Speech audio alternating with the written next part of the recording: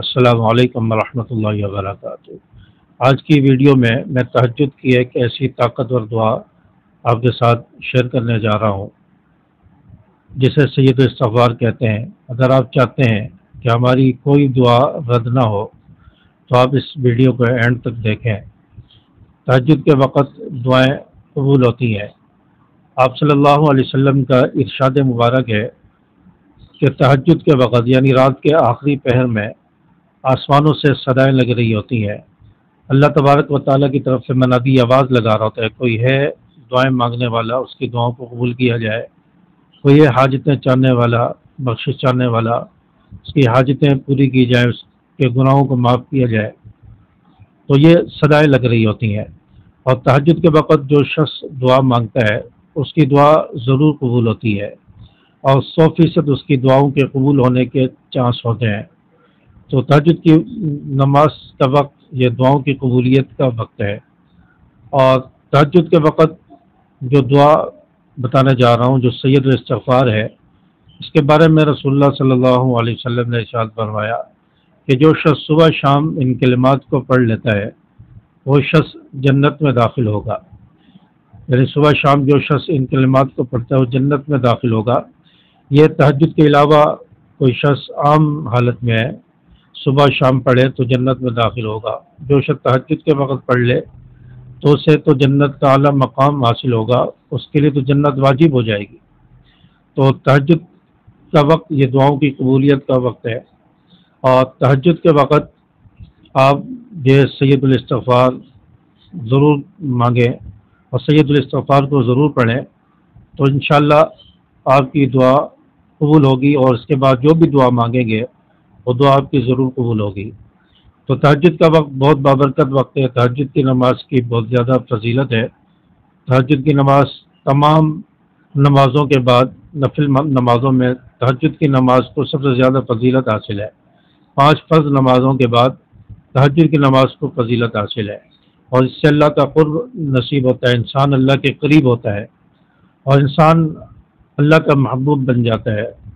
تو تہجد کی آپ 2 رکعت پڑھیں یا 4 رکعت پڑھیں، 2 یا 4 رکعت تہجد پڑھنے کے بعد جو آخری رکعت ہوگی، یعنی آپ 4 رکعت اگر تہجد پڑھ لیں 2 رکعت کر کے، تو آپ کی جو چوتھی رکعت ہوگی اس کے آخر میں آپ سجدے کی حالت میں سجدے کی 3 تسبیحات پڑھیں، اور اس کے بعد آپ سجدے کی حالت میں ہی سید الاستغفار پڑھیں۔ سید الاستغفار پڑھیں، اور پھر اس کے بعد آپ عربی زبان میں اگر آپ مانگ سکتے تو اپنی حاجتیں مانگیں، اور اللہ تعالیٰ سے جو قرآنی دعائیں ہیں یا حدیث میں جو دعائیں ہیں وہ آپ سجدے کی حالت میں مانگیں، اور پھر نماز ختم کرنے کے بعد سلام پھیرنے کے بعد آپ پھر ہاتھ اٹھا کر اللہ تبارک و تعالیٰ سے خوب دعائیں مانگیں، اپنی حاجات مانگیں۔ آپ اپنی زبان میں، اردو میں، عربی میں، فارسی میں، انگلش میں، جو بھی آپ کی زبان ہے آپ اپنی زبان میں پھر اللہ تعالیٰ سے دعائیں مانگیں۔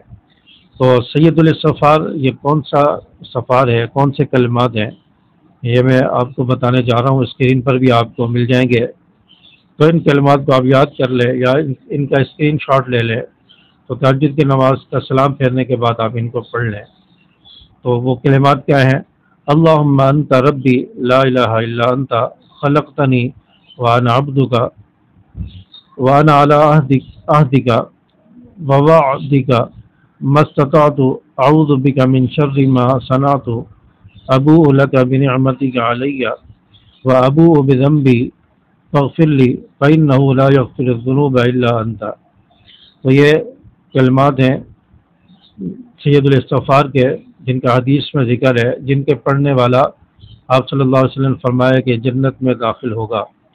اس دعا کے اندر اللہ تبارک و تعالیٰ کی توحید ہے، اور انسان اللہ تبارک و تعالیٰ کے سامنے اپنے گناہوں کا اعتراف کرتا ہے، اور اللہ کی نعمتوں کا شکریہ ادا کرتا ہے، اور اپنے گناہوں سے معافی مانگتا ہے۔ تو اس کے اندر یہ تمام چیزیں شامل ہیں۔ جب ان چیزوں کا اعتراف انسان کرتا ہے تو اللہ تعالیٰ اسے معاف کر دیتا ہے، اس کی نعمتوں میں اضافہ کرتا ہے، اس کے گناہ معاف کرتا ہے، اور اللہ تبارک و تعالیٰ اس سے راضی ہوتا ہے، پھر اس کی ہر دعا کو اللہ قبول فرماتا ہے۔ اور اسی طرح ایک اور دعا حدیث مبارکہ میں آتی ہے، قرآن پاک میں بھی آتی ہے، جسے آیت کریمہ بھی کہتے ہیں، جو یونس علیہ السلام کی دعا تھی، جو یونس علیہ السلام نے مچھلی کے پیٹ میں پڑھی اور اللہ کو پکارا اور اللہ تعالیٰ نے ان کی دعا کو قبول کیا اور مچھلی کے پیٹ سے یونس علیہ السلام باہر آ گئے، تو یہ دعا حضرت یونس علیہ السلام نے پڑھی اور آپ صلی اللہ علیہ وسلم بھی پڑھا کرتے تھے، اور اس دعا کے پڑھنے کے بعد تمام دعائیں، تمام حاجتیں اور مشکلات انسان کی دور ہوئی ہیں، ان کی مشکلات دور ہوئی ہیں، کوئی دعا رد نہیں ہوئی۔ جنہوں نے بھی اس آیت کریمہ کو پڑھا ہے تو اس کو بھی اپنا معمول بنا لیں۔ آپ کو کوئی سخت مشکل ہے، سخت پریشانی ہے، آپ کی مشکل حل نہیں ہو رہی، تو آپ آیت کریمہ اس کو تہجد کے سجدے میں بھی بار بار پڑھیں، اور اپنی دعا کے اندر ہاتھ اٹھا کر آپ دعا مانگیں تو اس میں بھی بار بار اس کو پڑھیں، اور ہو سکے تو اس کی ایک تصویر پڑھ لیں 100 دانے کی